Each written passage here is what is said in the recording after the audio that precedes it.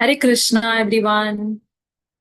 Very good evening and wish you all a very happy Ram Navami. I see that it's 5:25. We'll just wait for 5 more minutes. Okay. I'm sure many children will be joining. We'll just give them some time and we'll get started. Okay.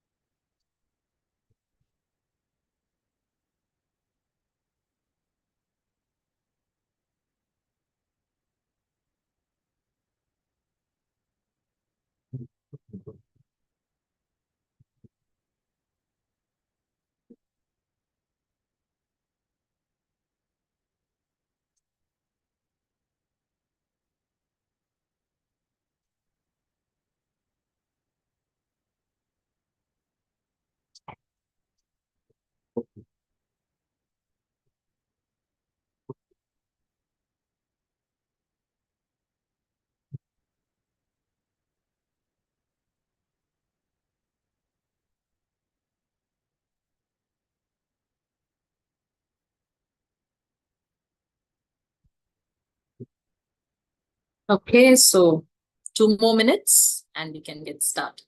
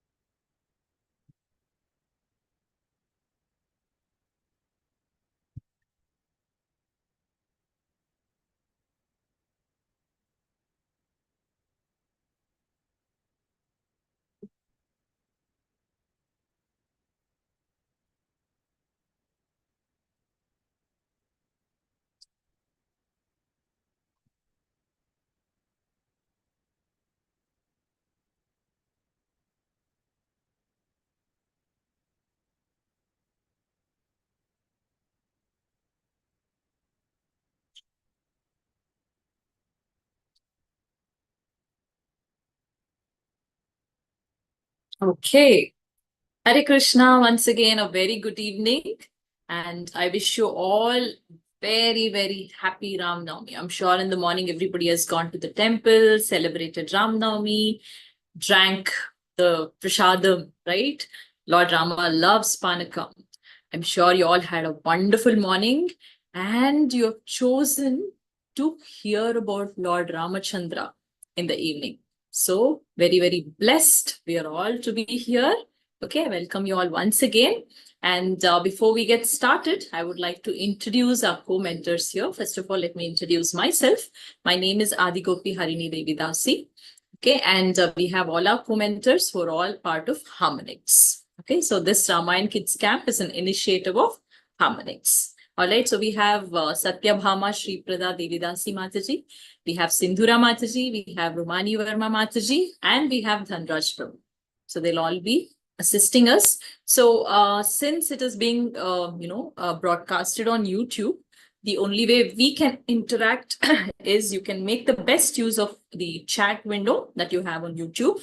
So any queries you all have, any concerns, any challenges you're facing, please feel free to post and we're all there to help you with that. Okay, so with that, let's get started. Once again, welcome to our Ramayana Kids Camp. Okay, so what's special today? We already discussed, right? The birthday of Lord Ramachandra. And today being the first day of our camp, we're going to discuss the childhood pastimes of Lord Ramachandra from the time he was born. Okay, so we call this Bala Kanda, wherein we are discussing the childhood pastimes of Lord Ramachandra. So all our sessions are dedicated to our spiritual master, His Divine Grace, Abhay Charanaravinda Bhakti Vedanta Swami, Srila Prabhupada. He is the founder Acharya of ISKCON, the International Society for Krishna Consciousness. Okay, so first of all, before we get started, who is Lord Ramachandra? Who do you think Lord Ramachandra is? Is he some kind of a mythical figure? A lot of them say, the whole... See, we have two itihasas, Ramayana and Mahabharata, and many people claim that these two are just some kind of a mythology. No, Lord Ramachandra is not a mythical figure. He's not an ordinary person. He's not even a great human being. He's the supreme personality of Godhead. Okay, he's the source, he's the maintainer, he's the controller of the uncountable universes that we have, both spiritual and material. Right, so he's also residing as Paramatma in all our hearts and witnessing our everyday activity. He knows everything. He knows our present, past, future.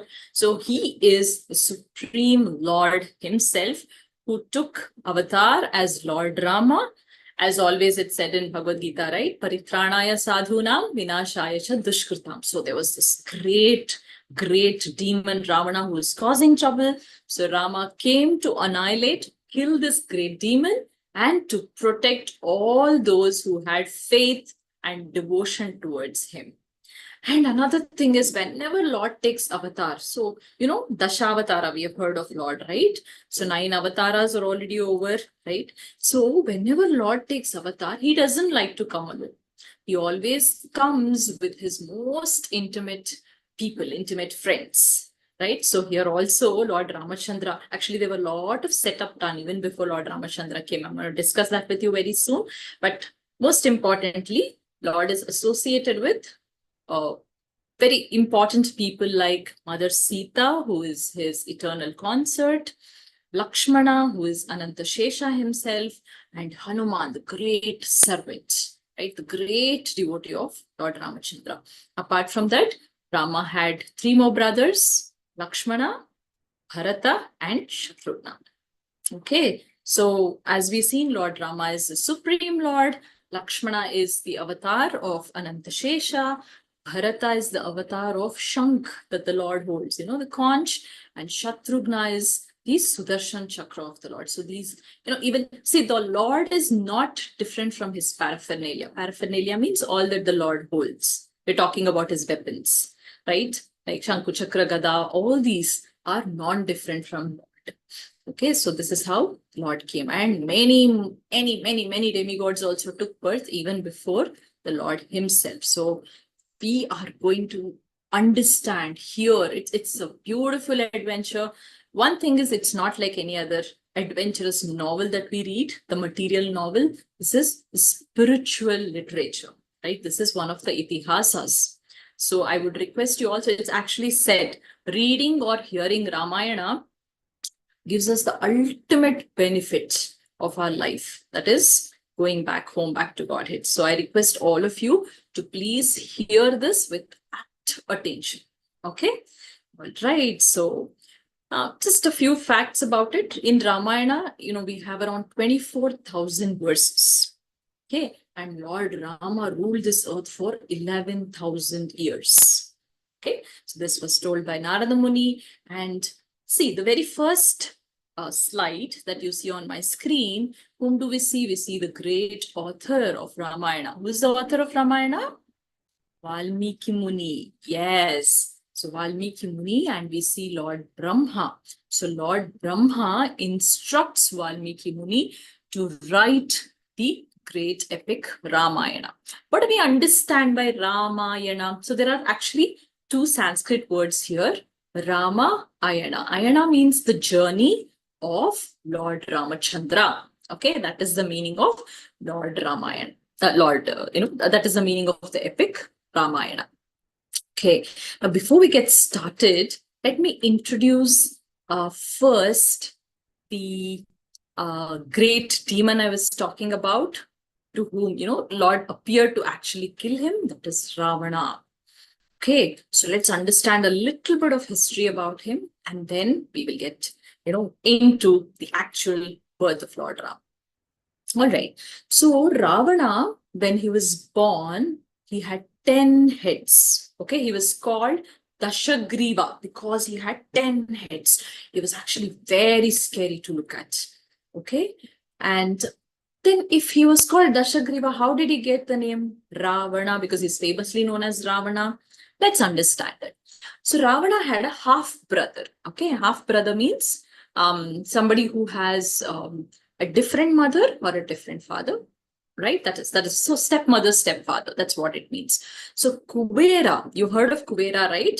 He's actually the god of wealth. See, even in our country, we have finance minister, education minister, so many, right? Like that. Even Lord, when he has to manage so many things, he assigns different people to handle different departments. Like maybe the finance minister of Lord is Mother Saraswati, Kubera. The education department is headed by Mother Saraswati, like this. Okay, so Kubera was the half brother of Ravana, and Ravana had his eye on Pushpaka Vimana that Kubera actually had. So Pushpaka Vimana is not like any ordinary aeroplane that we see. It's not just, few seaters that we see. And of course, it takes us from one place to another. But actually, the Pushpaka Vimana had beautiful waterfalls, garden. And not only that, it could expand itself, it could shrink itself. And the driver only has to kind of command, where do I want to go? The driver can say, okay, now I want to go to Africa. Now I want to go to Australia. And it'll just take him there in no time.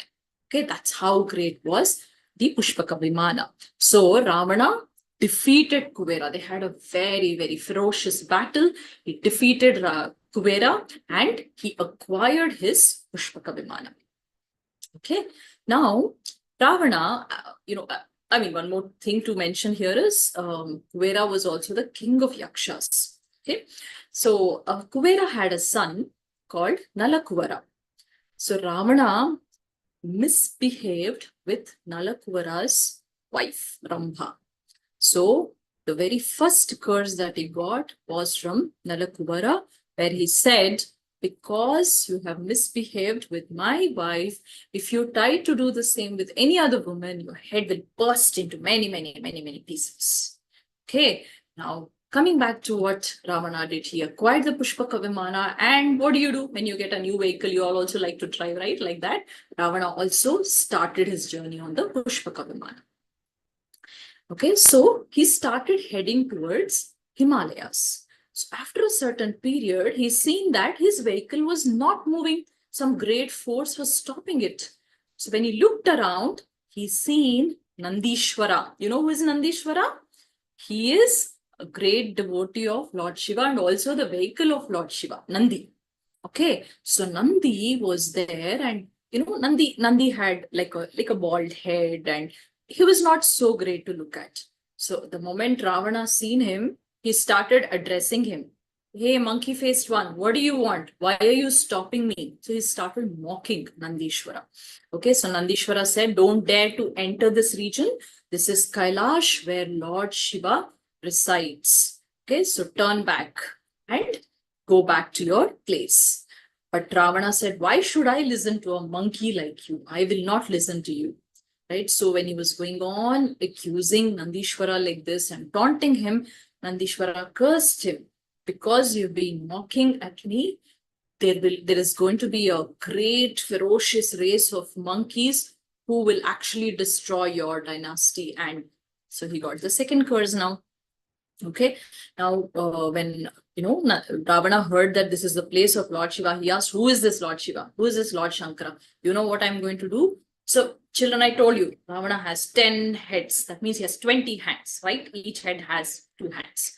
So he tried to lift the the Kailash Parvat. He tried to put his hand underneath and he tried to lift it. And this was happening, actually Mother Parvati and Lord Shiva were sitting at the top of the hill, and because of Ravana's disturbance, Mother Parvati was about to fall, and she held on to Lord Shiva and asked, who dares to do this act? And Lord Shiva said, this must be Ravana, so I have to teach him a lesson. But Mother Parvati got very angry. She said, he has tried to disturb a woman, so let there be a woman who causes destruction of this great demon and his dynasty. So Ravana got one more curse. Okay. Now, in the meantime, what did Lord Shiva do? Just with his big toe, okay, Shiva just pressed the Kailash mountain, and Ravana's hands were underneath, right? It started getting crushed, and Ravana started screaming in pain. Oh my God, save me, save me. Started screaming in pain. Okay.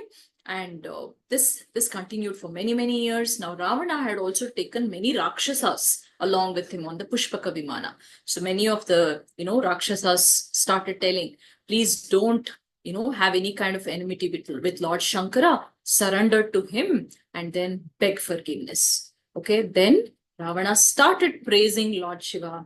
He started, reciting many mantras from the Samaveda. Then Lord Shiva is known as what? Ashutosha, one who gets pleased very easily. Okay, so Lord Shiva got pleased after maybe 1,000 years of Ravana's prayers. He came and asked him, my son, what do you want? Okay, so first Ravana says, please forgive me. I'm like your son. So whenever a son makes a mistake, father forgives, right? So please forgive me for my adversity and please bless me. So Shiva asks, okay, what is the boon that you want? Actually, if Ravana was intelligent, he could have asked, please give me devotion or anything. But he, being a Rakshasa, what did he ask? He asked, I want your Pashupatastra. So this is the primary weapon of Lord Shiva. Okay, and Ravana wanted to acquire that. Shiva was pleased, so he gave his personal weapon to Ravana. Ravana became extremely happy. He started, laughing loudly. And then, he continued his journey. Now, when he was again roaming around, heading back, he seen in one of the forests, there was a very beautiful lady. Okay, she was dressed up like a rishi and she was meditating. So Ravana, when he seen her, he got very attracted. He went to her and asked, what are you doing in this forest? A young girl like you should actually be in a palace. What are you doing? If you're not married, come to me. I will get married to you. So Vedavati, the woman says, my name is Vedavati. Why was she called Vedavati? Because she represented all the Vedas. Okay, so she said, my name is Vedavati and I am meditating to get Lord Vishnu as my husband. Ravana said, how can you compare me and Vishnu? I am greater than him. Just forget him and come with me. Saying that, he just held Vedavati by her hair and started pulling. Vedavati became very angry. they all had lot of power, yogic, mystic power, what we call. So with one hand, she turned one of the hands into a sword and cut off the part of the hair which Ravana was holding. And she said, you dare touch my body, right? So I'm not going to live in this body anymore. And she said she's going to give up her body. But before that, she cursed him, telling that I will be born again as a woman and I will be the cause of death for you and your entire dynasty. Saying this, Vedavati entered the fire and she gave up her body. How many curses Ravana is getting, still he's not learning his lesson. That is how the mindset of Rakshasas are. Okay. Now, Ravana was a little shaken up, but then he just doesn't care, right? He has so many women, he just ignored that and he continued his journey. This time he started going towards the southern part. Okay. So when he was going, he was actually passing by Ayodhya and he's seen how prosperous, how joyful, right? The entire city was, and he thought, oh, so if I defeat the king who is ruling this, then I can acquire this, I can expand my dynasty. So who was the king who was ruling at that time? It was Maharaja Anaranya. Okay, so Ravana went and challenged Maharaja Anaranya, and they again had a very, very, very, very ferocious battle between them. And Ravana actually defeated Maharaja Anaranya. Okay, and when Maharaja Anaranya fell down, Ravana kept his leg on his head and he started laughing demonically. That time, he told, why did you even agree to fight with me? You're all puny human beings. I am so powerful. What can you do? So Anaranya said, look at that, one more curse. He said, the race that you're mocking, the human race that you're mocking at, a great king is going to take birth in this race of mine and he's going to kill you. So this was another curse that Maharaja Anaranya pronounced and he died. Okay, so children, you can see Ravana was already dead. With so many curses, he was already dead. But unfortunately, he never learned his lesson. So Ravana became so very powerful because he had done a lot of meditation, austerity, had acquired a lot of power from Lord Brahma. But what he started doing was he started creating a lot of disturbance for all the Devatas. So the Devatas ran to Brahma asking, what do we do? He's causing so much of trouble, right? And Lord Brahma told, it's time for Lord Vishnu to appear on this earth. At that time, they seen that Lord Vishnu actually came on Garuda. He rode Garuda, he came and he told them, not to worry, I will be born as Rama, the son of Dasharatha, and I will kill this demon. Okay, saying so, Lord Vishnu went back. So Brahma became very happy, the Devatas became very joyful, and Brahma instructed them that you should all assist Lord Ramachandra, and also the curse that was given by Nandishwara, right? So because he was going on calling him monkey face, so he said, you all are going to take birth in the monkey race and you will be assisting Lord Rama in killing this demon Ravana. Okay, so that is a little bit of background as to regarding the curses that Ravana got. Now here, what happened? Maharaja Dasharatha was ruling Koshala. Okay, Koshala, and Ayodhya is actually the capital of Koshala. So Maharaja Dasharatha was ruling, and there was one thing he was very sad about. He did not have children.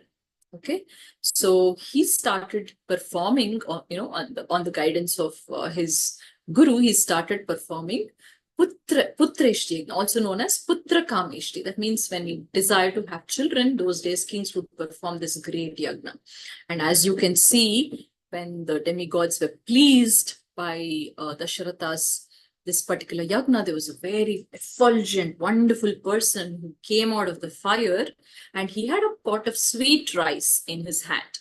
So he handed it over to Dasharatha and said, you've performed Ashwamedha Yagna, you've performed Putreshti Yagna, we are very pleased with you. Now please distribute this to your queen. So Dasharatha had 3 queens. Okay, the first one was Kaushalya, Mother Kaikeyi, and Mother Sumitra. Okay, so Dasharatha took the sweet pot of rice and he was very joyful. He was very happy that his austerity was accepted by the Devatas, and he went to his first wife and he gave half pot of rice to her. Okay, that was Mother Kaushalya.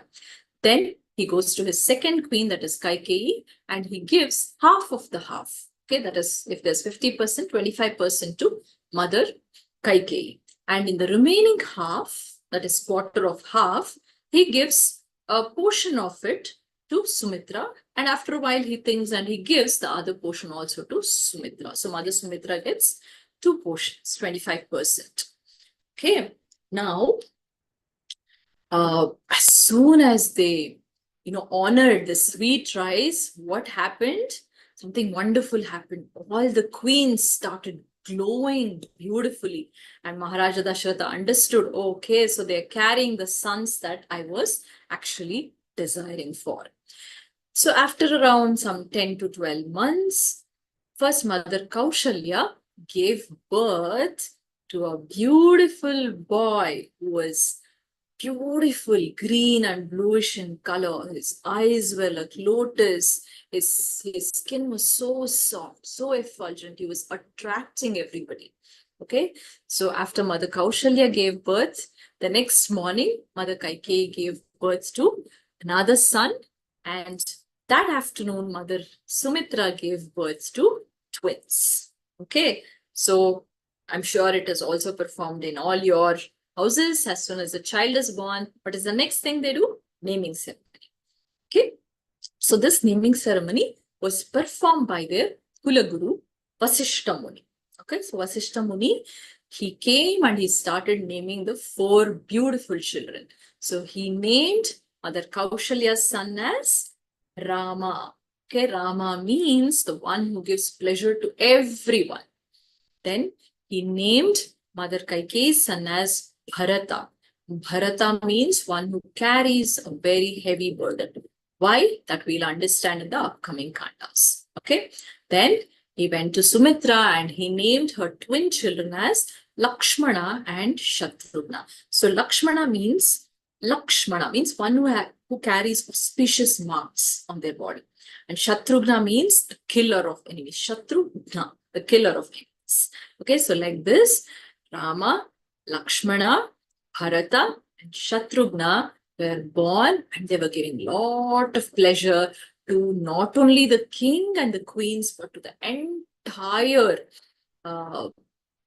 Ayodhya Vasis. They were so pleased. Whoever looks at Lord Ramachandra, they just cannot take their eyes off. Right? He's so beautiful. He's so charming. He's filled with all wonderful qualities that he can just attract anybody and everybody. As you can see, this is Balarama Ramachandra. Okay, and you can see how happy Dasharath Maharaj is having all his 4 children, right? So he was very joyful in the company of his children. Okay, so like you all, even the Supreme Lord started growing, and after a certain period, you all go to school, right? Like that, it was time for Rama, Lakshmana, Bharata, Shatrughna to go to their Gurukul. Okay, those days it was called as Gurukula. Now, as we know, the Kula Guru is Vasishta Muni, right? So they all joined the Gurukula of Vasishta Muni, and there they performed many wonderful pastimes. Okay, sometimes they were naughty, they were joyful, they were serious, they were very, very serious in learning the lessons, they were playful. So like this, even in the ashram, they performed many wonderful pastimes. Just to share one of the pastimes, once what happened, there was a lady passing by the ashram, and she, you know what a nose ring is, right? I'm sure you've seen your mother also wearing nose ring. So she'll be wearing a very big nose ring. Okay. And when Rama and Lakshmana sees her passing by, Rama tells, oh, Lakshmana, look at what a big nose ring she's wearing. Why don't you do something? It must be so heavy for her.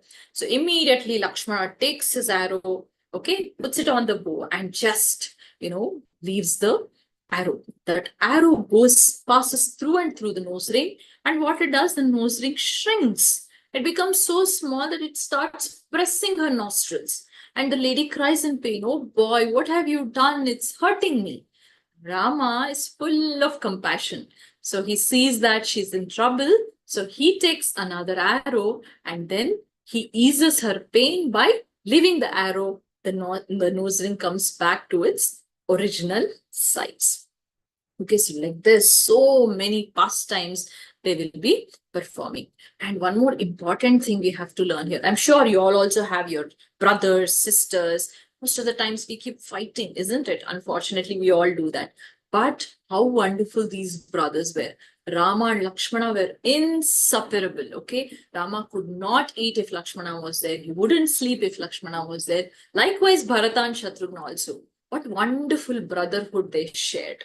Okay, so children, when we actually listen to Ramayana, Rama, first of all, took avatar as a human being so that he can teach us how we should behave with everybody, be it family, friends. So when you hear, try and incorporate the qualities of Lord Rama. That's going to please him the most.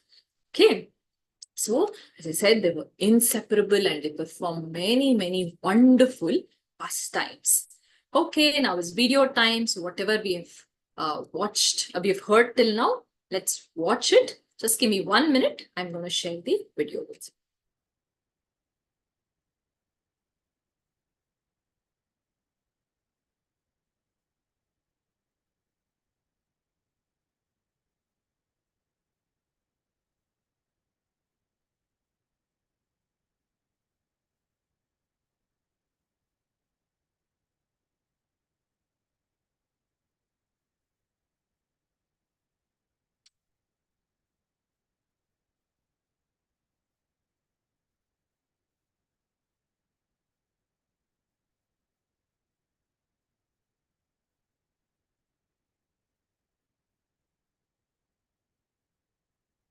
So sit back and watch this beautiful, birth of Lord Ramachandra pastime.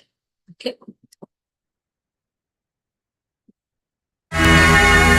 Long, long ago, in the island of Lanka, south of ancient India, lived the evil King Ravana, whose wicked ambition to conquer and dominate the whole world caused pain and misery to one and all. And in Kaushala, a kingdom in North India, people prospered under the benevolent ruler Dashrath. However, Kaushala's capital, Ayodhya's biggest concern was that King Dashrath had no heir. On the advice of sage Vashishta, King Dashrath performed a yagya, the ceremony to beget a son. And as a result, he was blessed with 4 sons from his 3 queens. One of them was Ram, the hero of this story, born of Dashrath's first queen, Kaushalya. Whenever there have been crises on the earth, Lord Vishnu has descended from the heavens for its salvation. Lord Vishnu has 10 incarnations, and Ram is believed to be his 7th incarnation. When Ram turned 15, Ravana was at the peak of his powers. Ravana's relation Marich, along with his mother Taraka, was a terror for sage Vishwamitra and other hermits who lived in a forest close to Ayodhya's border. They disturbed Vishwamitra's prayers every day, and on one such day,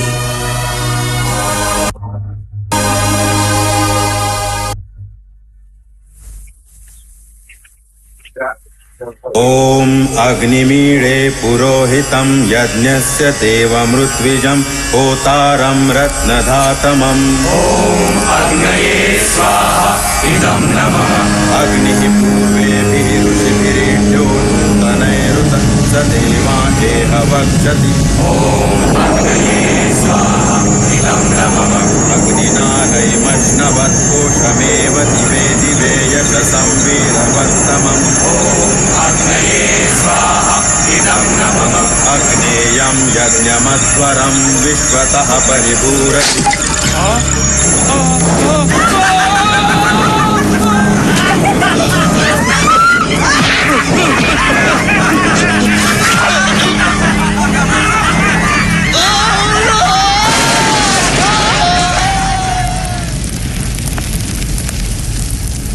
My Lord Vishnu, is there no one who can save us from this torment?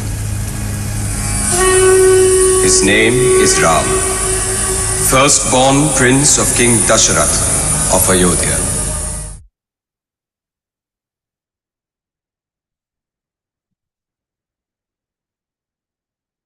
Okay, so did you all enjoy watching the video? I'm sure you all have enjoyed watching the video, right? Just give me 1 minute.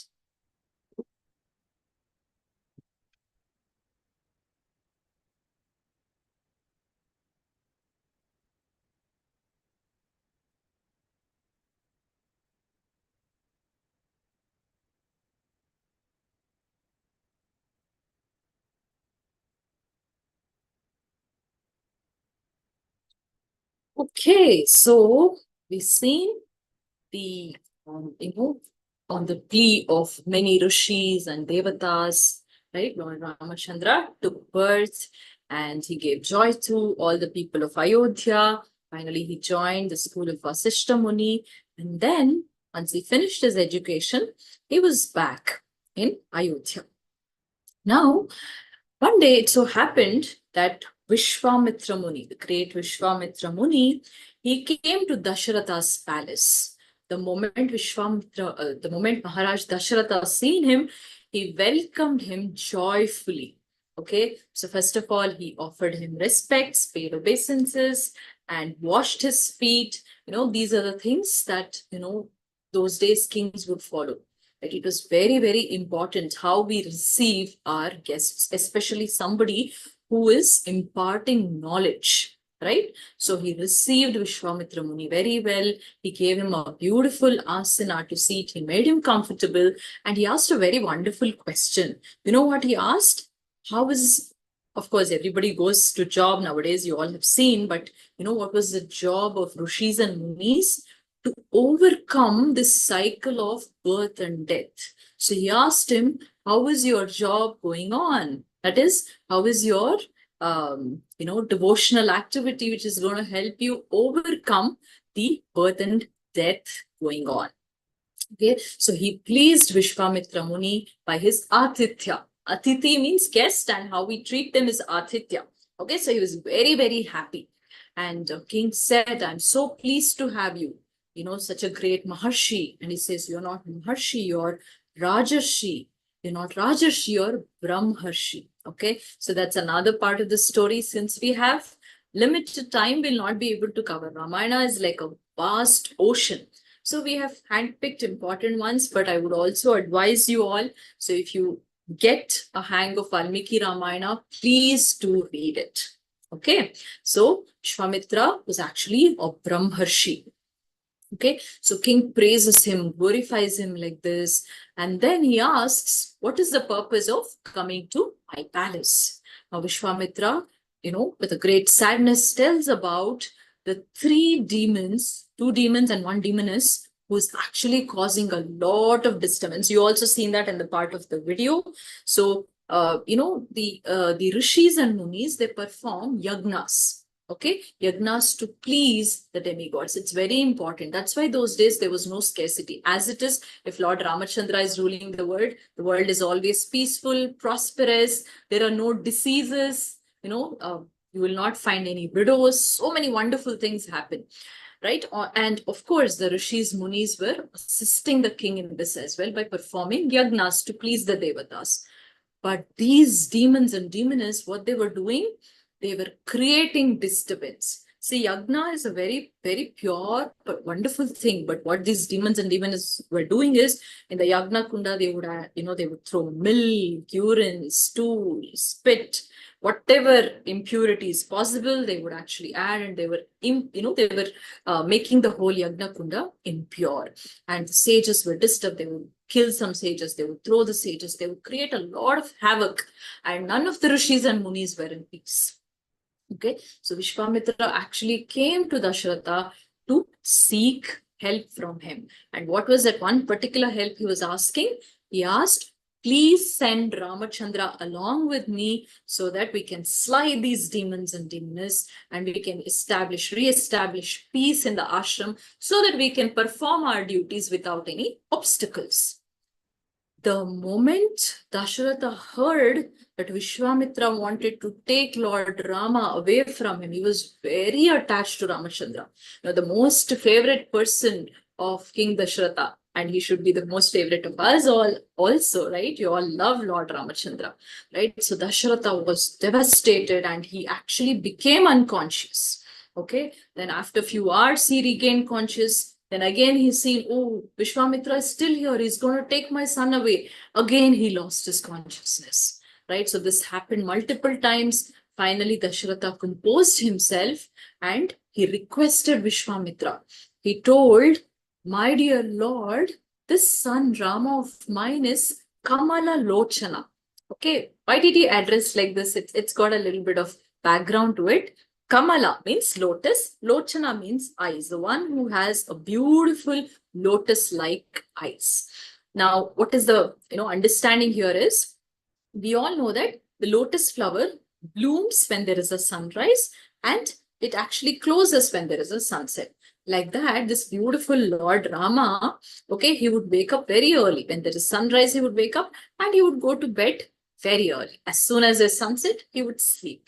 Okay. But these demons and demonesses, they're nishacharas, they're all nocturnal. You've heard of nocturnal creatures, right? Owls, bats, these are all nocturnal creatures. Like that, these demons and demonesses, they would become more active. They would gain a lot of energy. They would become very powerful only in the night time.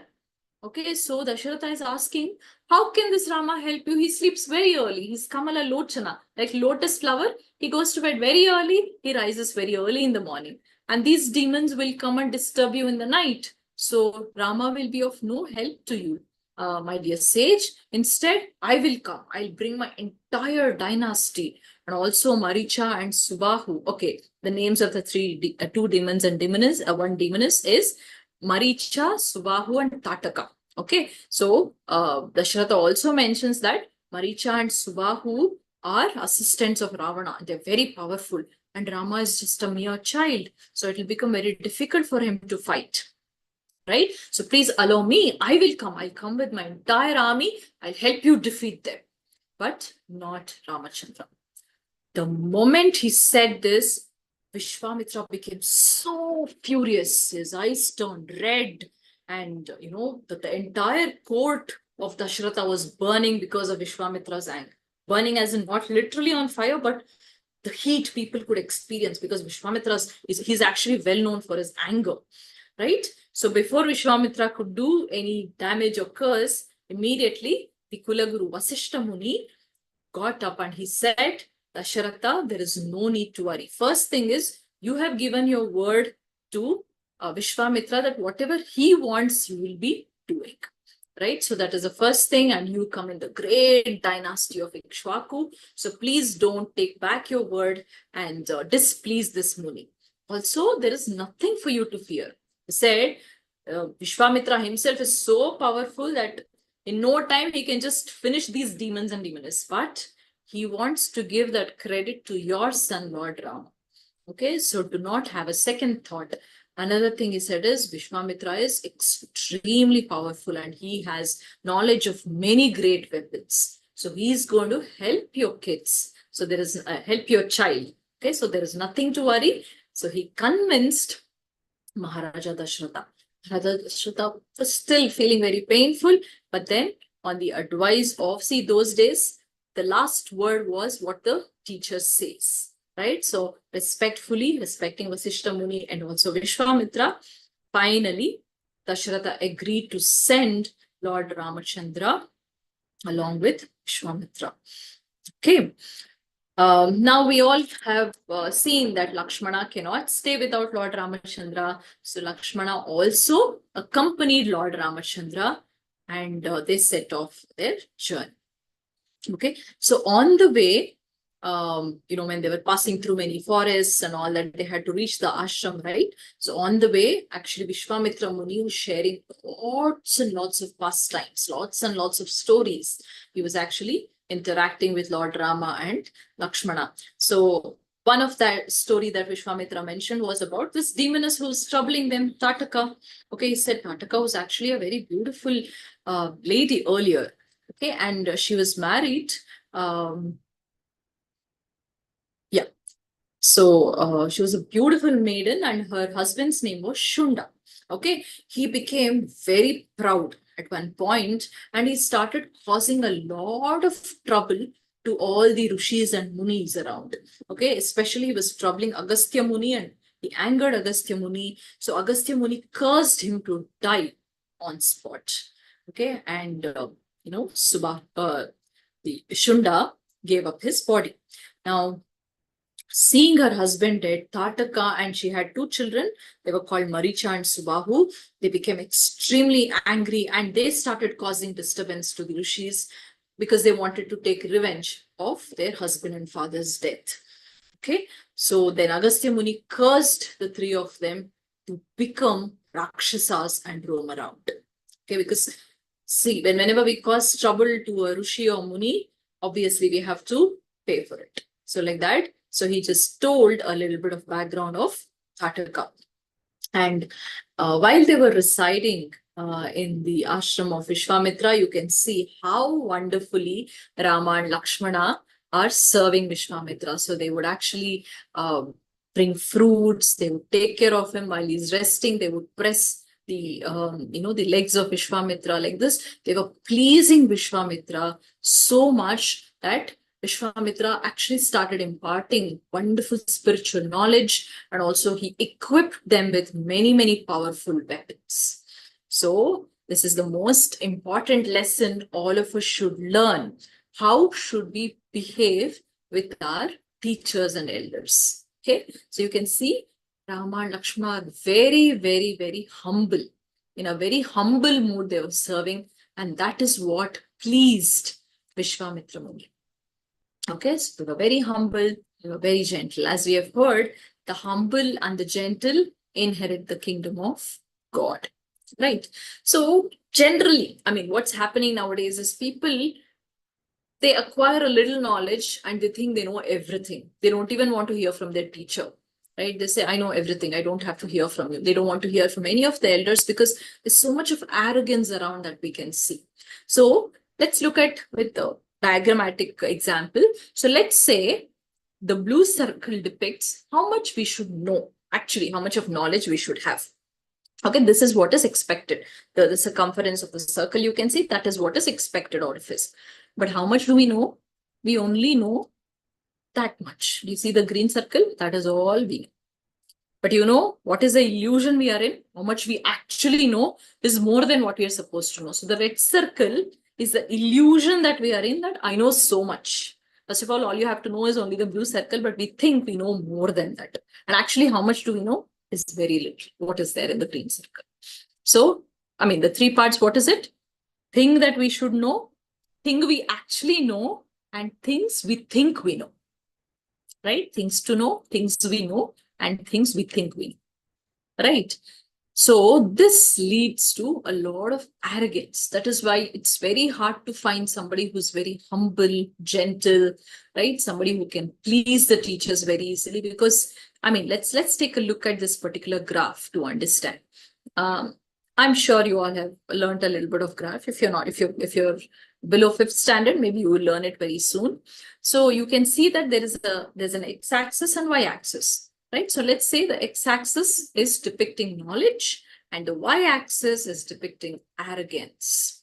Now, generally what happens, when we start acquiring knowledge, I mean, that's kind of general tendency. When we start acquiring knowledge and when we reach a certain stage, you see this hatched rectangle. So when we reach a certain stage, we think, I know everything. Our arrogance, you can see how the curve is, the arrogance also increases. As the knowledge increases, the arrogance also increases. Okay, this is what happens with most of us. But an intelligent person, when the knowledge is increasing at a certain point, they will realize, oh, I know very little. How little I know. How much is there to know in this world? I get to learn from everybody. They say you can even learn from a newborn baby, right? So we should have that open mindset to learn from each and everybody that we encounter. Each and everybody can be our teacher. Even Mother Nature can be our teacher, right? But we should have that open mind. So generally, because of arrogance, the mind shuts and we don't want to encourage anybody. We think, I know everything. I don't have to listen. No, that's the general attitude. But an intelligent person will not give in to this arrogance. Instead, the more knowledge he becomes, you can see the arrogance comes down. Okay, he becomes more humble, he becomes more gentle, and that way he is able to receive more knowledge. He becomes a recipient of more knowledge. Okay, so we should understand that education, we are all going to school, we are all getting educated, or if there are elders here, we call ourselves educated. So education does not mean that we become proud. Okay, if you're proud, then you're not actually educated, you're uneducated, right? So I think even the great scientist, Sir Isaac Newton, said, what knowledge do I know? He says, I've simply collected a few grains of sand from a big beach. Isaac Newton, right? So we have many great scientists like Einstein and all who quotes, they say, I know nothing. So we must be very, very humble. This is the first qualification of an educated person. How do you identify an educated person? Is when you see them humble and meek. Okay, so learned people will always exhibit this. They also say, when a pot is empty or half full, it makes a lot of noise. But when the pot is really full, it is quiet, right? So that is how learned people are. Okay, so we also told in our camp, you will have stories which you're already listening, you have videos, you've already watched one, and here is a wonderful activity that we want you to perform. Okay, not now. I'm going to explain this to you. You can perform this activity, record the video if possible, or at least take one few photos, and we will teach you how you can actually upload. I'm going to tell you that. First of all, let me explain what this demonstration is all about. Okay, I want you to take 2 bottles. Okay, fill one bottle with water and then connect the 2 bottles with a pipe or straw. So what you can also do is, see, we are talking about teacher, guru and shishya here. So I want you to label maybe one bottle as T for teacher, and maybe the other one as S for student. Okay, now how do you connect the pipe? From the top of the teacher to the bottom of the student, because teacher is full of knowledge, right? And the student is just learning. So remember it that way. So you can probably take a straw or a pipe and just connect it. And you set up all this apparatus. No need to record all this. But what you have to record is, when does the water flow? We've all learned this. We're all science students. The water flows from a higher level. You've seen in waterfalls and all that, right? So water flows from a higher level to a lower level. So when you hold the 2 bottles, so this is the teacher bottle, one in the right hand, filled with water. If I place the student above, will the water flow? No. If I place it equally, will it flow? No. But if I place the teacher bottle above, will the water flow? Yes. And if I place it even more, the higher I take, the faster the water flows. That's how it is. So we want you to actually perform this demonstration. I mean, you have everything at home. It's a very simple one. 2 empty bottles. You will have some kind of a straw or a pipe, and water is definitely available. Krishna gives everything for free, right? Which we don't value. Anyway, so you can connect these, and when you're actually, demonstrating this, you can also give a little bit of your own explanation in your own sweet words.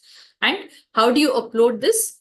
You will have to upload it on your Google Drive. You can take help of your parents to do it. Upload it on your Google Drive, and please share that link in our comment section. At the end of this session, this recording will go on YouTube. So in the comments section, you can post that link. Something very important, please make sure that the link is publicly accessible. If you restrict it, then we will not be able to open it. Okay, so it becomes difficult for us. And please, when you paste it, make sure you give the name, what is the demonstration name that you have done, hyphen your name. Otherwise, we'll not know who has done this experiment. Okay, so you can take help of your parents in the technicality part of it, but you should perform the, the experiment, and please post it. We will take a look at it. Okay. So we have some surprise also for you. If you can attend all 7 days, it'll be wonderful, because I said we are actually traveling with Lord Rama. Ramayana is the journey of Lord Rama, right? So all 7 days, we're going to hear about Lord Rama. We're going to travel with Lord Rama. We're going to experience lots of emotions, right? So all 7 days attendance, if you can give 100%, if you can perform all the activities that we tell you to actually perform, you'll also have a quiz at the end of the session. Okay. So if you can also get 10 on 10, simple 10 questions based on the learning, whatever you have that particular day. So if you get 10 on 10, if you perform all these 3, you will be winning prizes every day. Each day we will pick one winner, and what prize? Don't ask me, it's a surprise. Okay. So you will be receiving the prize from our end. Okay. So please take part actively. So let us become Rama conscious. Everything that we are performing, hearing, listening, watching, everything is about Lord Rama. Okay. So I'm believing that you're all going to be with me throughout the 7 days. You're all going to perform the activities. You're all going to take part in the quiz, and you're also going to win the prize. Don't worry about winning. Winning is just a part of it, but taking part itself is very, very blissful. Okay. Right. Let's continue. So we were talking about humbleness and gentleness. So I would also like to give, of course, Lord Ramachandra, this example, we took it from Treta Yuga, but we have many such wonderful people, even who are born in Kali Yuga, right? So one such great personality is Michael Faraday. Okay, I'm sure many of you know. So Michael Faraday was actually well known for, understanding electricity. Nowadays, nothing happens without electricity, right? But there's a little bit of sadness about his life. He was born in England, okay, and he was born to a low caste family. I mean, it's not like how the foreigners claim the caste system actually happens only in India. It's not like that. Even abroad, they had this. So he was actually discriminated terribly because his, of the low caste birth that he had taken. He was not even considered as a gentleman. Okay, and he was forced to serve as a valet. Valet as, somebody who cleans the car, who does the car parking, those kind of job. He was, given a very menial job. He was made to travel outside the coach, where the high-class people wouldn't sit. He was made to eat with the servants. And in spite of all these, we would say humiliation, ill treatment, the beautiful thing about Michael Faraday was he maintained a very gentle and humble attitude. He was extremely knowledgeable. I mean, the contribution he's made to science is excellent. If you want to read about him, you can actually do a Google search and find out what are his contributions. In spite of being so knowledgeable and in spite of going through all this, he maintained a very gentle and humble attitude. It's very, very important. So L.P. Williams says about this on Faraday. And most important thing was Faraday was atheist, as in he was a great believer of God. Okay, so L.P. Williams says his true humility lay in a profound consciousness of his debt to his creator, isn't it? So that's where when you're extremely you express that gratitude to Lord. That's what I said. We don't realize, I mean, every day we breathe. Can we live? Can you just close your nose for a few seconds? Don't do it. Just joking. We cannot breathe, right? Without water, without air, everything the Lord is providing, but we have no gratitude. Instead, we are actually exploiting all that, right? So when we actually develop that humility, that gratitude nature, then we actually become debtors to the Lord because he's providing so much for our well-being. Okay, so I said that Michael Faraday, poor, uneducated son of a journeyman blacksmith and a country maid, was permitted to glimpse the beauty of the eternal laws of nature, was a never-ending source of wonder to him. This is what L.P. Williams says. Another example, if I have to give you from our Vedic Shastras, is Prithu Maharaj. Okay, how he approaches his teacher. Prithu Maharaj was actually a king, right? We've already seen how Maharaj Dashrath received Vishwamitra. Likewise, those days, I mean, wonderful qualities the kings had. So Prithu Maharaj, he approaches the 4 Kumaras. How? He's very anxious when they come. He's very anxious to receive them. You should be like with this so much of joy, this anxiety, there's a mix of emotion when you actually meet your spiritual teachers, right? He offered them a grand reception. He gave them great exalted seats. And of course, he bowed down to them and he washed their feet, sprinkled that water over his hair, and he glorified their wonderful qualities. This way he was pleasing them, and he started inquiring from them. So when you're in such a position, as you can see, the bottle is, the lower and lower the bottle is, that is the humbler you become, the water flows with a greater force. Likewise, when you're in that position and you inquire from your teacher, the knowledge flows and you become a great recipient of that particular knowledge. So this is another example of humbleness and gentleness. Okay, so even in our Sanskrit, there's a verse called Vidya Dadati Namrata. Very important. Education means one becomes gentle, sober, cool-headed, not like proud and hot-headed all the time, I know everything attitude. We don't call such a person as educated. So education means first quality that you should develop is humbleness, gentleness, soberness. You need to have a very cool head in whatever situations that you come across. So we don't want to be like, the case of a high flying vulture. Why is the example of a flying vulture given is the vulture can fly very high. We all know that, right? Yeah, that means, you can compare it with people who have a lot of knowledge. Okay, so we can do a side-by-side comparison. But when the vulture flies higher and higher and higher in the sky, what is it that it's actually searching for underneath? It's looking for dead bodies because it has to fill its stomach. That is all. Even though it's been gifted with such a great quality of flying higher and higher, the only thing it looks for is dirt, right? Forbidden things so that it can eat. Likewise, if we are also, acquire this kind of mentality of vulture that I know I'm full with knowledge and I'm great, but what am I doing? I'm just picking up, faults in other people. I'm only looking for how to gratify my senses. No, then we are not educated. Okay, so it's very, very important that we develop this quality. And if you ask me, how do I develop this? Of course, it's not that the modern education can teach us. Always associate with people who are godly. Whenever you get a chance, read our scriptures, hear about our great heroes. See, we seek after adventure. We all enjoy adventurous movies and things. That's why we go after this Avengers and stuff like that, right? Those are actually imaginary, but we have wonderful, wonderful heroes like Lord Ramachandra, Lord Krishna. So please pick up those books, read. The more we read, the more we get attached. It's like, like you have a friend whom you have not met, but you've heard a lot about that friend. This friend is like this, he's very friendly, he's very compassionate, he shares things, he's always smiling. So the more you hear about him, you feel like, okay, I want to see that friend.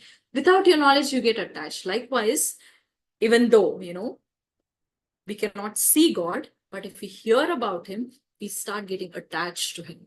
And when we are attached, when we hear more about him, when we actually make friendship with people who actually speak about him, automatically we start getting these qualities. Okay. So that is real education. Okay.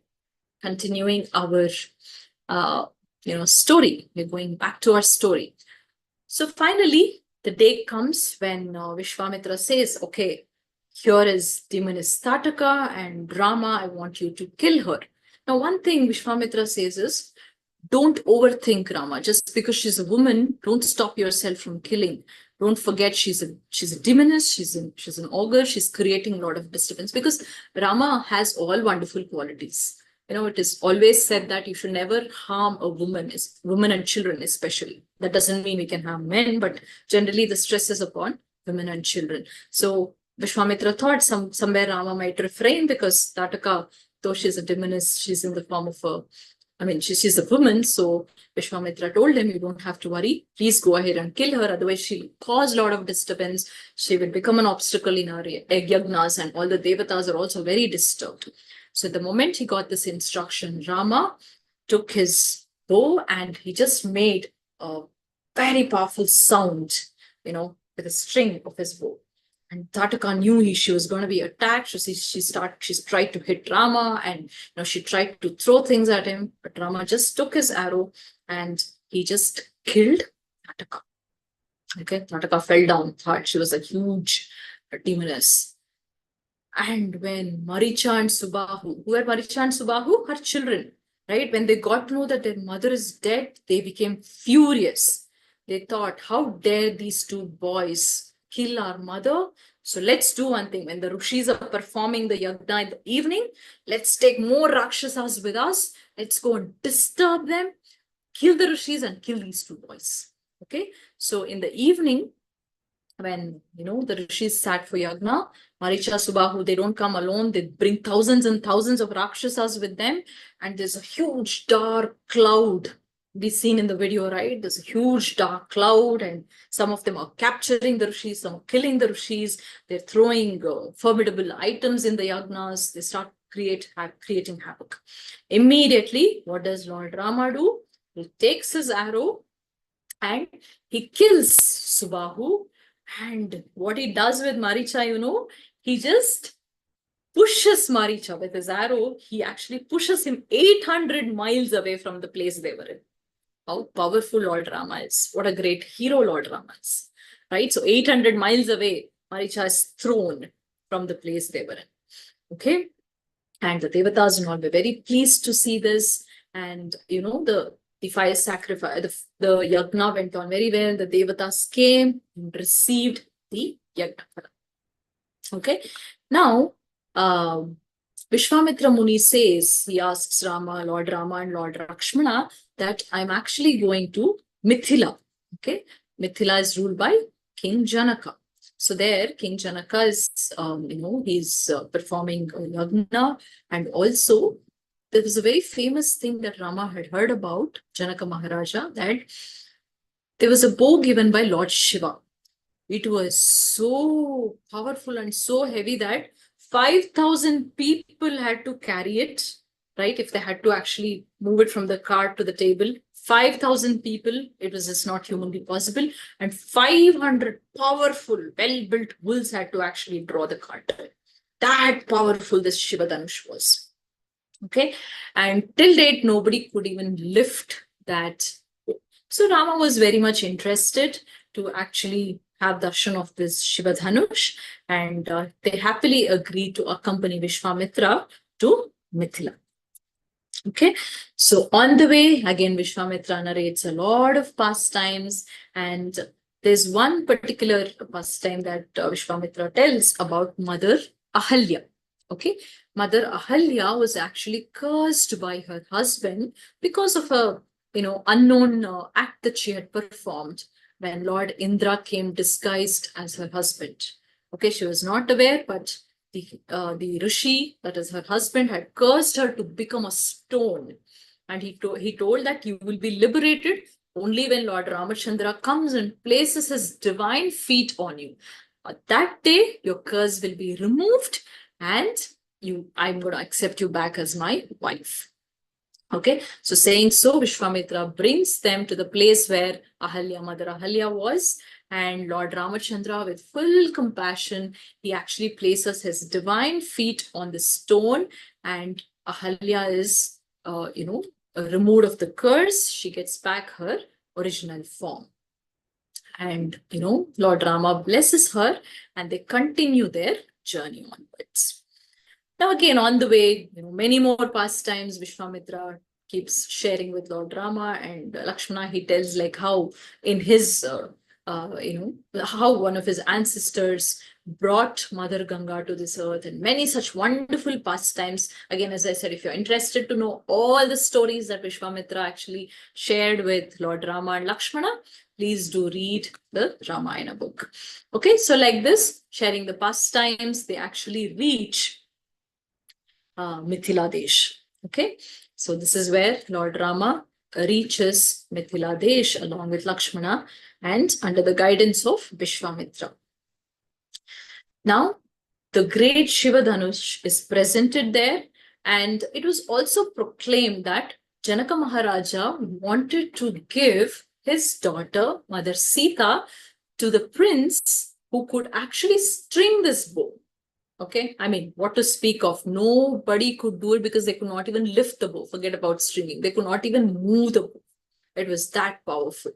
Okay, so when it's called swayamvara, okay, where, the marriage ceremony happens, where the bride chooses the groom, right? So Lord Rama, when this particular swayamvara was going on, he offers respect to Shiva Dhanush and he lifts the Dhanush. So the comparison Valmiki Muni gives is of, that of a great elephant who, how an elephant lifts sugarcane, right? With its trunk, it's so powerful, it just lifts it up like that. Like that, Lord Rama was compared to elephant, and he lifted the Shiva Dhanush like a sugarcane. So he lifted the Shiva Dhanush, and while he went to string the bow, he actually broke the bow. Okay, so this was such a wonderful, profound task that cheered the whole court, and Janaka Maharaja was so happy, and he declared that Mother Sita will be married to Lord Chandra. Okay, not only that, Mother Sita had her sister Urmila. Urmila was married to Lakshmana, and Janaka Maharaja had a brother who had two more daughters. They were married to Bharata and Shatrughna accordingly. Okay, now Janaka Maharaja invited Dasharatha Maharaj and his entire kingdom for the marriage ceremony of Lord Ramachandra and Mother Sita and all the other brothers and their respective wives. So the procession was so wonderful when Dasharatha was coming along with the Ayodhya Vasis, and everybody wanted to witness. Who doesn't want to witness Mother Sita and Lord Ramachandra getting married? So everybody, Lord Rama was like darling of Ayodhya.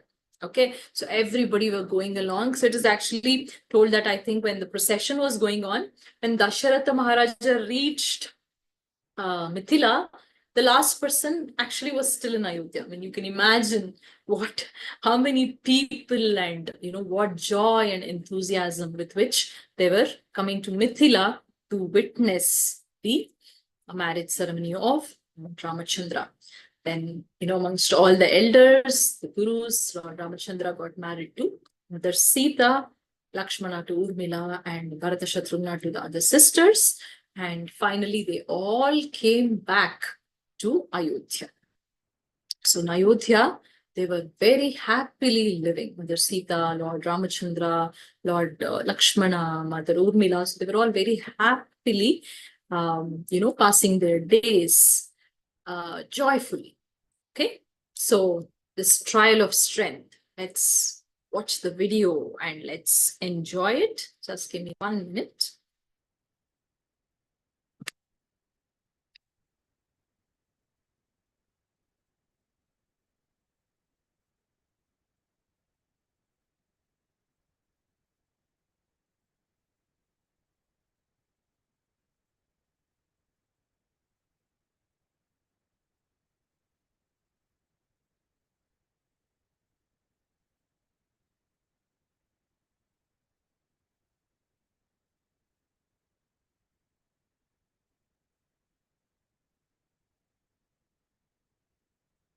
Okay, so get ready to watch this wonderful video.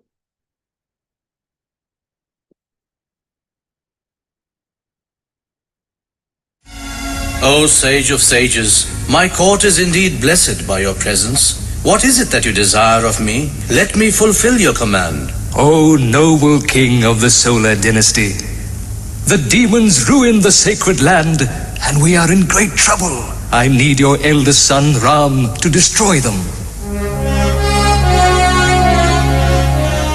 Ram, he is but a mere boy.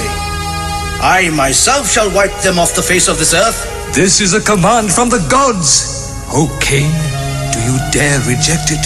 Dasharath, send your sons Ram and Lakshman.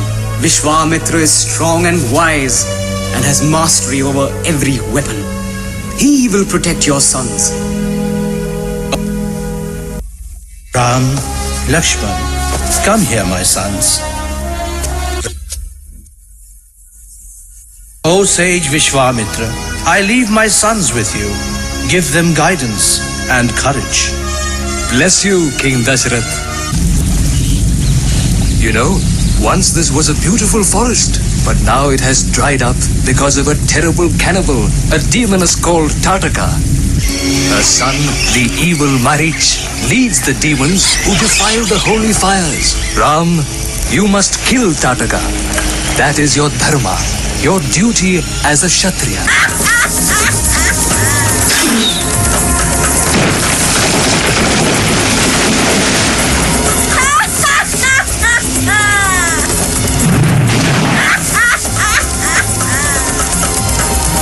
Ram, use the mantra. Recite the mantra.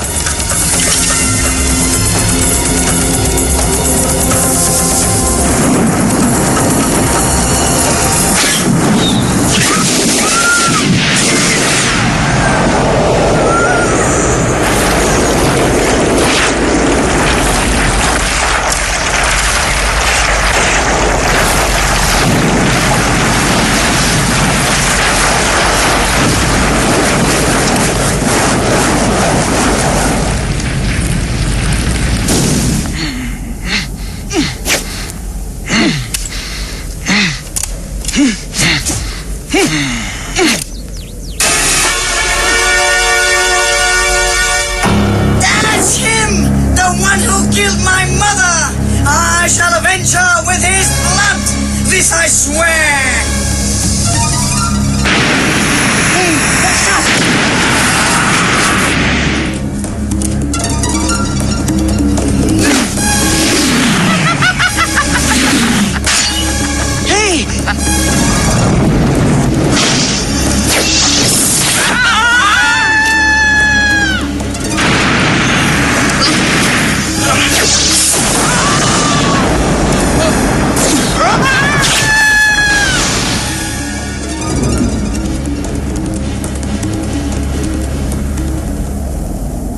You use the divine weapons. How did you learn so soon? These are the weapons of the gods. And the righteous one needs no lessons to use them. Show me, my Guru, how to use this chakra. You will learn, but only if you pursue your destiny in righteousness.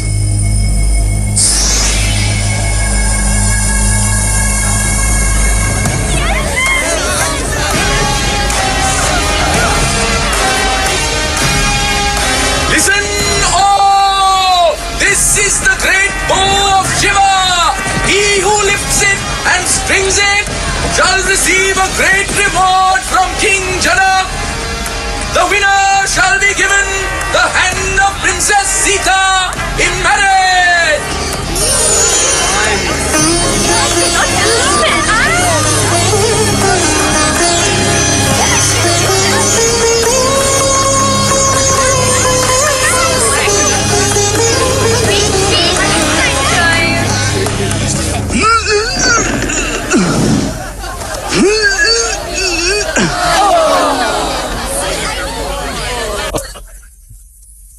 Next, the Prince Jagatara of Savara.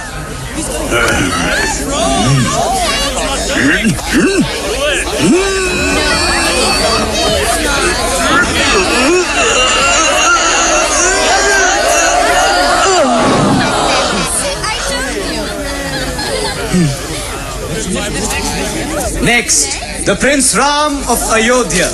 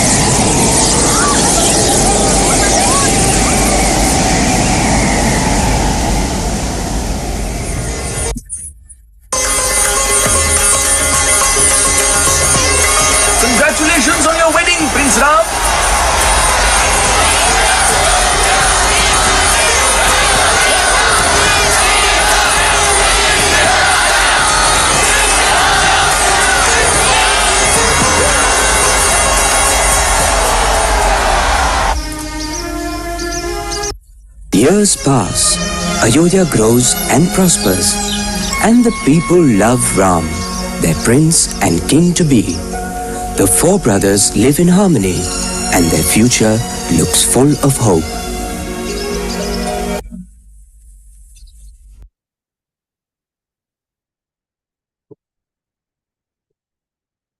Okay, so that was Trial of Strength. Hope you all enjoyed this part of the video. Did you all?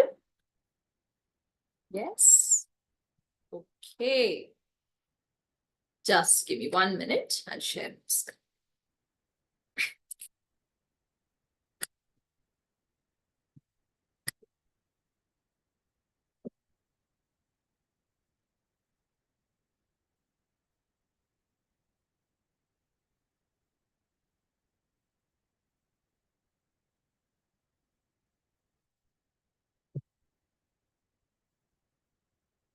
Okay, so just one important point when actually Lord Rama, Mother Sita, after the marriage, when they were coming back, when Parashurama got to know that the Shiva Dhanush was broken, Parashurama was also one of the avatars of the Supreme Lord.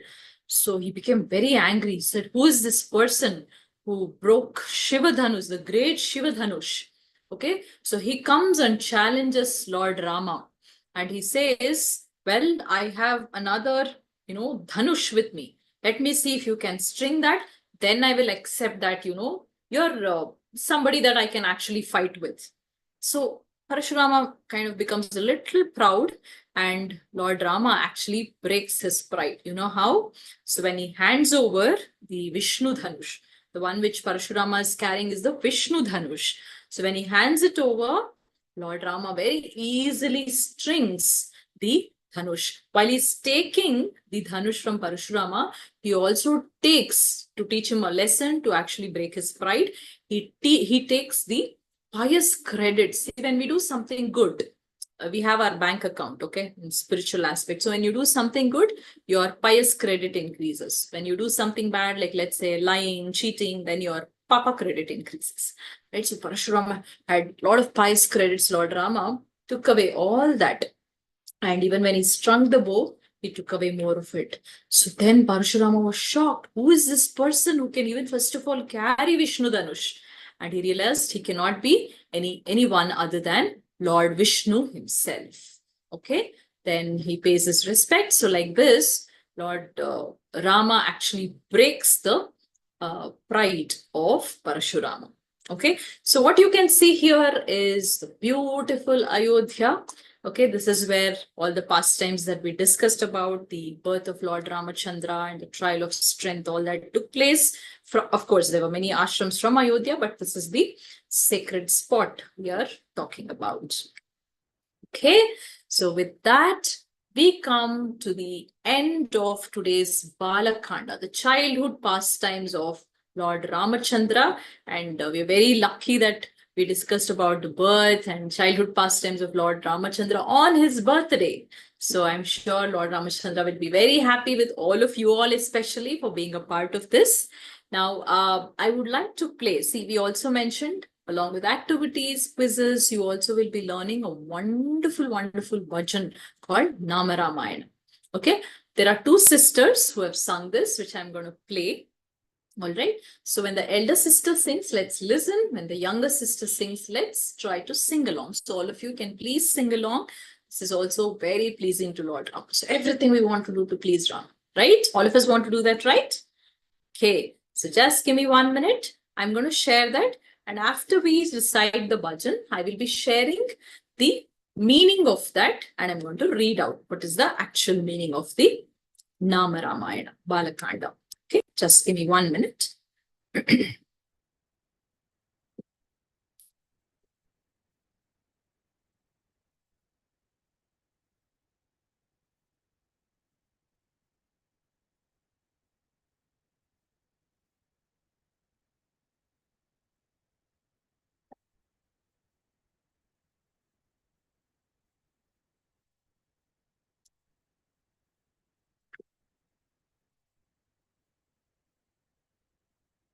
So please hear and try to sight as much as possible because we all want to please Lord Ramachandra, right? Okay, let's begin. शुद्ध ब्रह्म परात् परराम कालात्मक परमेश्वर राम शुद्ध ब्रह्म परात् परराम कालात्मक परमेश्वर राम शुद्ध ब्रह्म परात् परराम कालात्मक परमेश्वर राम शुद्ध ब्रह्म परात् परराम कालात्मक परमेश्वर Ram शेषतल्पसुखनिद्रितराम ब्रह्माद्यमरा प्रार्थितराम शेषतल्पसुखनिद्रितराम ब्रह्माद्यमरा प्रार्थितराम चन्दकिरणकुलमण्डनराम श्रीमद्दशरथनन्दनराम चण्डकिरणकुलमण्डनराम श्रीमद्दशरथनन्दनराम कौसल्यासुखवर्धनराम विश्वामित्रप्रियधनराम कौसल्यासुखवर्धनराम विश्वामित्रप्रियधनराम घोरताटकाघातकराम मारीचादिनिपातकराम घोरताटकाघातकराम मारीचादिनिपातकराम कौशिकमकसंरक्षकराम कौशिकमकसंरक्षकराम श्रीमदहल्योद्धारकराम गौतममुनिसम्पूजितराम श्रीमदहल्योद्धारकराम गौतममुनिसम्पूजितराम सुरमुनिवरगणसंस्तुतराम नाविकदावितमृदुपदराम सुरमुनिवरगणसंस्तुतराम नाविकदाविकमृदुपदराम मिथिलापुरजनमोहकराम विदेहमानसरञ्जकराम मिथिलापुरजनमोहकराम विवेदमानसरञ्जकराम त्र्यम्बककार्मुकभञ्जकराम सीतार्पितवरमानिकराम त्र्यम्बककार्मुकभञ्जकराम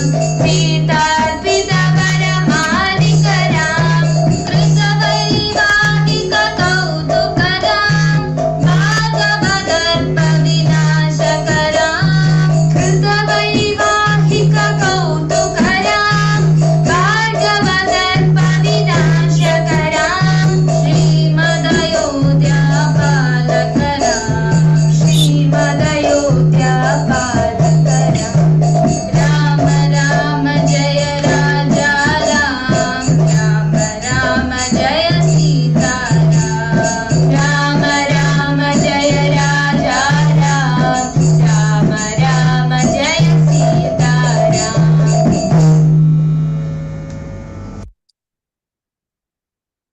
Okay, that was so wonderful, right? So the two sisters who sang this is Harshini. Harshini is the elder one, and Jahnavi, she's the younger one. Okay, all right. So let me read out the meaning for you. You can always relate to the song, especially any bhajan song, if you can actually read out the. Just give me 1 minute, please.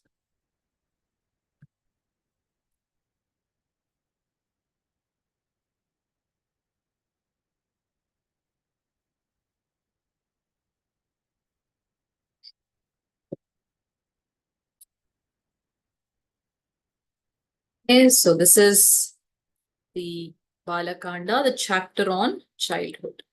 Okay, so first is Shuddha Brahma Parat Pararam. I take refuge in Sri Rama, who is the embodiment of pure Brahman and who is superior to the best.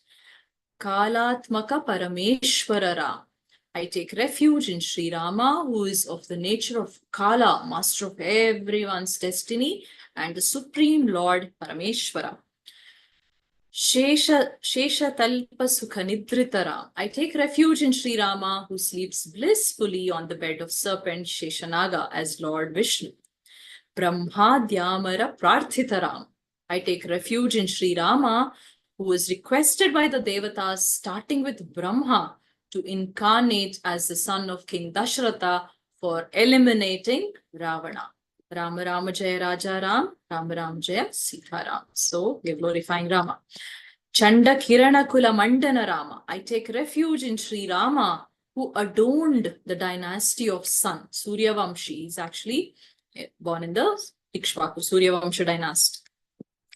Srimad Dasharatha Nandana Rama. I take refuge in Sri Rama, who was the illustrious son of King Dasharatha. Kausalya Sukha Vardhana Rama. I take refuge in Sri Rama, who brought great joy to Kausalya. Vishwamitra Priyadhana Rama. I take refuge in Sri Rama, who is very dear to sage Vishwamitra, like a great treasure. Rama Rama Jaya Raja Ram, Rama Rama Jaya Sita Ram. Ghora Tataka Ghataka Rama. I take refuge in Sri Rama, who was the slayer of the terrible demoness Tataka. Marichadi Nipataka Rama. I take refuge in Sri Rama, who brought the downfall of demon Maricha and many others. Kaushika Makasam Rakshaka Rama. I take refuge in Sri Rama, who was the protector of the yagna of sage Vishwamitra. Srimad Ahalyodharaka Rama. I take refuge in Sri Rama, who provided deliverance to the venerable Ahalya. Rama Rama Jaya Raja Ram, Rama Rama Jaya Sita Ram. Gautama Muni Sampujita Rama. I take refuge in Sri Rama, who is greatly honored by sage Gautama. Sura Muni Varagana Samstuta Rama. I take refuge in Sri Rama, who is praised by the Devatas and the best of sages. Navika Dhavita Mrudupada Rama. I take refuge in Sri Rama, whose gentle feet was washed by the boatman. Okay. Mithila Pura Janamohaka Rama. I take refuge in Sri Rama, who enchanted the people of Mithila. Rama Rama Jaya Raja Ram, Rama Rama Jaya Sita Ram. Videha Manasa Ranjaka Rama. I take refuge in Sri Rama, who enhanced the honor of King Janaka. Trambaka Karmaka Bhanjaka Rama. I take refuge in Sri Rama, who broke the bow of the three-eyed Lord Shiva. Sitarpita Vara Malika Rama. I take refuge in Sri Rama, to whom Devi Sita offered the garland during bridegroom selection. Krita Vaivahika Kautuka Rama. I take refuge in Sri Rama, who made festive arrangements during marriage. Rama Rama Jaya Raja Ram, Rama Rama Jaya Sita Ram. Bhargava Darpa Vinashaka Rama. I take refuge in Sri Rama, who is the destroyer of the pride of Sri Parashurama. Srimad Ayodhya Palaka Rama. I take refuge in Sri Rama, who is the illustrious king of Ayodhya. Okay, so this is, the beautiful meanings. We can meditate more and more if you understand the meaning, right? So I hope you all will be able to meditate on the Bala Kanda of Lord Sri Ramachandra today and prepare yourself for the Ayodhya Kanda that we will be seeing tomorrow. Okay, children, so let me see if any of you have any questions. So Mataji's can kindly help me with the questions. Let's see. While they are doing that, I want to know, did you all enjoy today's session? Let me see your responses. Did you all enjoy? Did you all like it?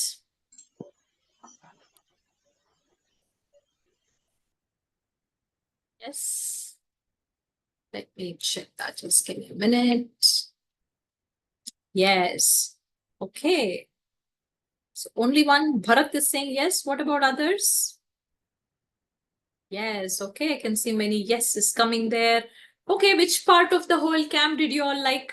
Was it the video? Was it the story? Was it the activity? Okay. Many are saying yes. A lot. Thank you. So was it the activity? Was it the Nama Ramayana? What did you all like? Let me see.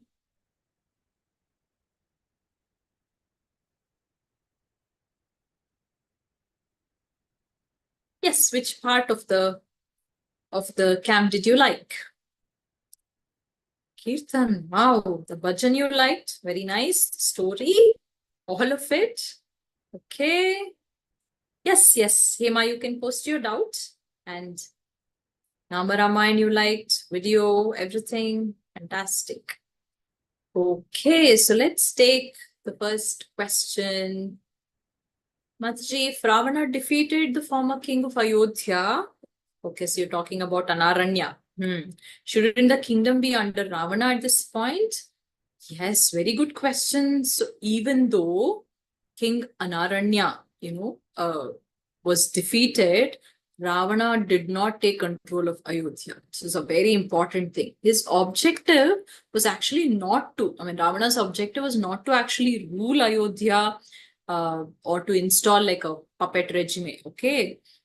He just wanted the supremacy to be established in all races. So he's like, what are these human beings? They're nothing. I'm just going to destroy them like this. So it was more of that show that he actually wanted to project. So Rakshasas were, of a superior race of beings those days, right? So that's why. And why was this happening? Because Lord Brahma, Lord Shiva, when they perform any meditation, austerity, they're easily pleased and they actually give them boons, right? So this is how they could. You can see even in the history, Hiranyakashipu, Hiranyaksha, everybody could easily go to the heavenly planets and defeat Indra, right? So it was more of they wanted to establish the supremacy. So it's not like he actually captured Ayodhya and he actually appointed somebody to it. It was more like his pride was, yes, I have defeated this human race. Okay, hope that answers your question. What is the name of wife of Bharata and Shatrughna? It's Mandavi and Shrutakirti. Okay, right. Do we have any more questions?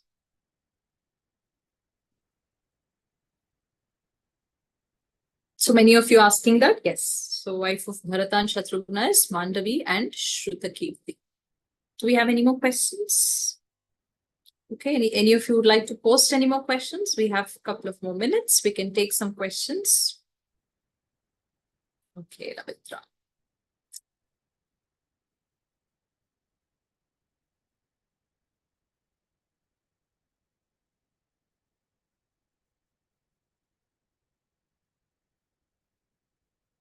Okay, so I'm just waiting if there are any more questions. So in the meantime, as I told you, please attend our sessions every day. Please make sure, whichever batch, see, it's not like a hard and fast rule. You've actually enrolled for 5:30 batch. For some reason, if you cannot, there's one more batch happening in the morning. You want to attend both, most welcome, right? So you can even attend accordingly, but please kind of see, we're basically dedicating at least these 7 days. This is going to impact us for lifetime because the beautiful pastimes of Lord Ramachandra is so much for us to learn. And if we start imbibing, our life is going to transform to a great extent. So this is just a small attempt. And the best thing that you all can do is be present. All you have to do is hear, right? So as we already seen, hearing and reading gives the same benefit. Yeah, so if Lord Rama is incarnation of Supreme Lord and Lakshmana is the incarnation of Ananta Shesha, yeah, we told, right? Bharata is the incarnation of the conch that Lord Vishnu holds, the Shanku, and Shatrughna is the incarnation of Sudarshana Chakra of the Lord. Okay. Okay, what are the questions? Okay, any other questions? Yeah. So take part. Attend all 7 days. Please do the activities. And yes, Dhanraj Prabhu, you can please post the quiz link. So Prabhuji is going to post the quiz link, okay, it's already there. So it's a simple Google form. Please do not cheat and you take up whatever you've heard. We've covered most of it. Whatever you've heard, honestly, sincerely, because Ramachandra is watching, Hanumanta is watching, right? Sincerely take up the quiz, submit it, and many of you might get 10 out of 10. So there'll be one lucky person we'll be selecting. And the criteria is not just getting 10 on 10. I told you, right? Attendance, activities, and quiz. All three will be taken into consideration, and you will be receiving a surprise gift from Harmonics. Okay, yes. Soumya Mataji, I think the link is just posted, so you can see that is the quiz link, the Google form. Yeah, it's just posted right now. So everybody asking for it. Yeah, you can see the Google form link shared. Okay, do we have any more questions, children? Any comments?